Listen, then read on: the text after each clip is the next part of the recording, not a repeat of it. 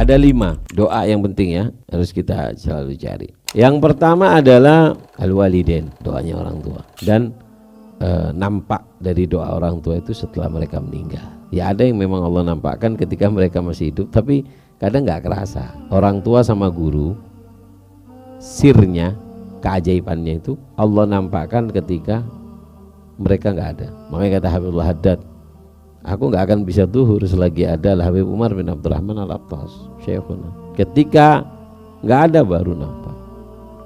Makanya kamu nyelengi doanya orang tua itu, dicelengi doanya. Nah, kok nggak ngefek? Oh ya nggak ngefek belum.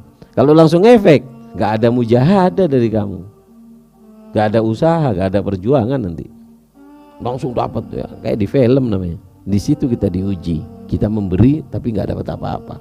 Tapi bukan nggak dapat, disimpan sama Allah. Lihat ketika orang tua kamu sudah meninggal nanti, semua ucapannya akan terjadi. Semua ucapannya akan menjadikan kamu mendapatkan apa yang kamu inginkan. Dan kalau kamu meninggal sedangkan kamu banyak tabungan dari doa orang tua, maka setiap doanya adalah derajat dan makom yang sangat tinggi yang akan kamu dapatkan nanti di surga. Yang kedua, as-salihin, doanya orang-orang soleh. Minta, setiap ada orang soleh itu datangi, minta doa. Atau kamu melihat orang soleh di pengajian, walaupun di YouTube, ya Allah mudah-mudahan anakku kayak ini, ya Allah mudah-mudahan aku bisa seperti ini. Habib Ali Al-Habsyi itu, Habib Ali Al-Habsyi, beliau ketika baca kitab Masyra'ur Rawi atau membaca kitab daripada Jauharus Syaffaf, kitab tentang menerangkan tentang manaqib dan keagungan para sada Al-Ba'alawi, ketika Habib baca langsung lari ke ibunya. Kalau ibu, aku baca ceritanya Faqihul Muqaddam, doakan aku seperti Faqihul Muqaddam. Tapi memang sekarang itu ya perlu sabar zaid, sabar lebih, karena orang tua kita itu nggak terbiasa dengan kayak gini. Jadi kalau ada anak, bu doakan saya seperti ulama itu, sunnah, aneh-aneh. Nah ini juga salah loh orang tua. Ini terkadang kesalahan orang tua itu di sini.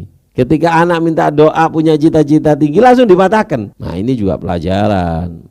Nah, makanya orang tua juga jangan pernah sebagai orang tua, jangan sampai keluar kalimat-kalimat yang membuat anak kalian itu putus asa. Rahimallahu walidan a'ana waladahu ala birri.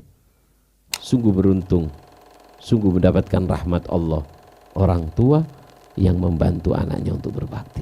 Orang-orang dulu itu Masya Allah nggak pernah nyaci anaknya, doakan jelek dengan anak, nggak pernah. Nah jadi orang-orang tua kalau tahu anaknya mondok, ada punya cita-cita, pengen niru yang isi yang di kitab, ya dibantulah. Kadang orang tua itu gitu. Lihat anaknya diceritakan tentang bagaimana surga al-jannah tahta aqdamil ummahat. Pulang dari pondok nyium, diketawai. Apa ya lagi? Nah, jangan, berarti anak kamu itu berusaha untuk hidayah.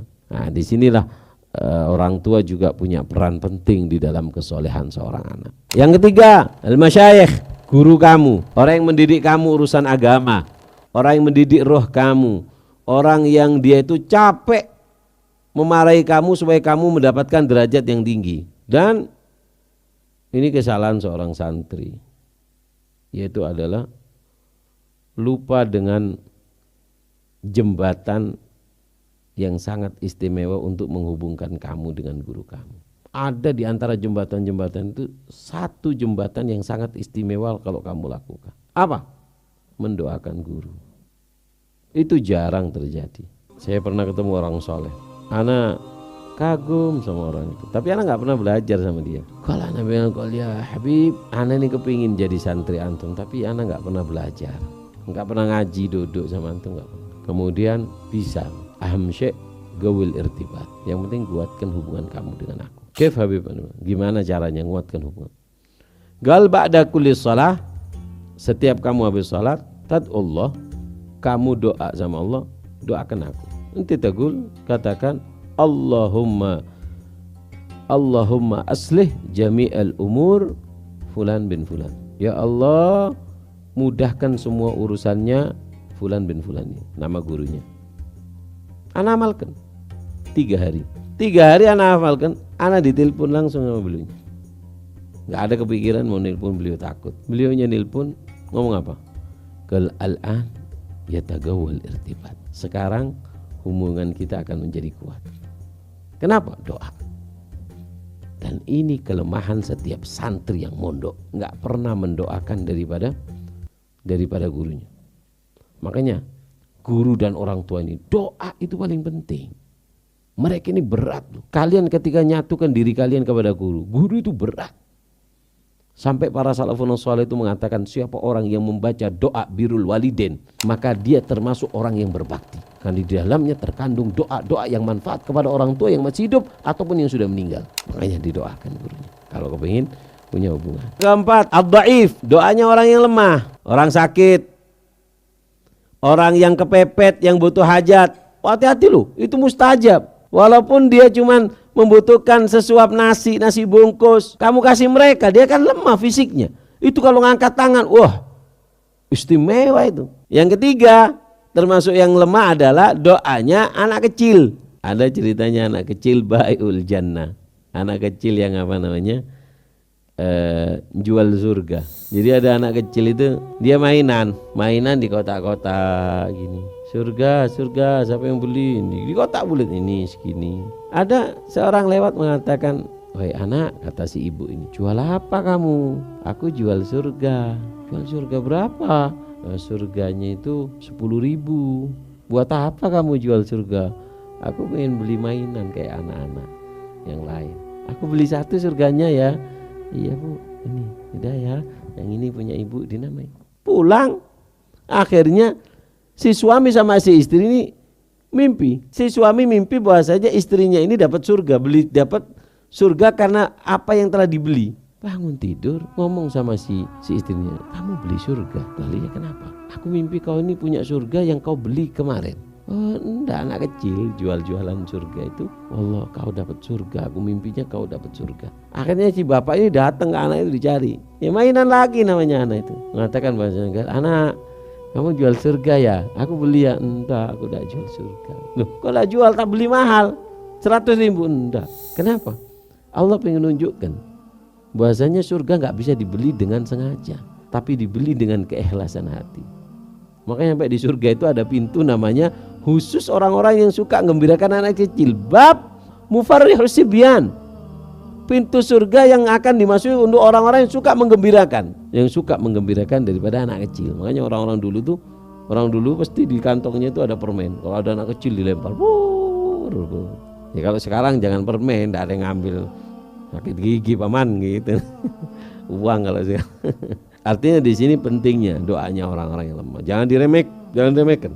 Rubba ash'atha madfu'un bil abwab law aqsama 'ala Allah la abarra. Berapa banyak orang yang compang-camping, enggak ada harganya, enggak ditoleh sama orang, tapi kalau dia sudah nadahkan tangan minta sama Allah, la abarra, Allah enggak akan menunda sedikitpun permintaannya. Ajilan aw ajilin, langsung ataupun yang akan datang pasti terjadi. Makanya hati-hati dengan orang yang lemah. Ya, tapi saya sering dibohongi, Beb. Banyak orang-orang pengemis ini. Sudah. Sahib husnudzan la yakhib wa in akhta'a. Orang kalau punya prasangka baik, enggak mungkin rugi. Walaupun kamu dibohongi, tetap kamu dapat pahalanya.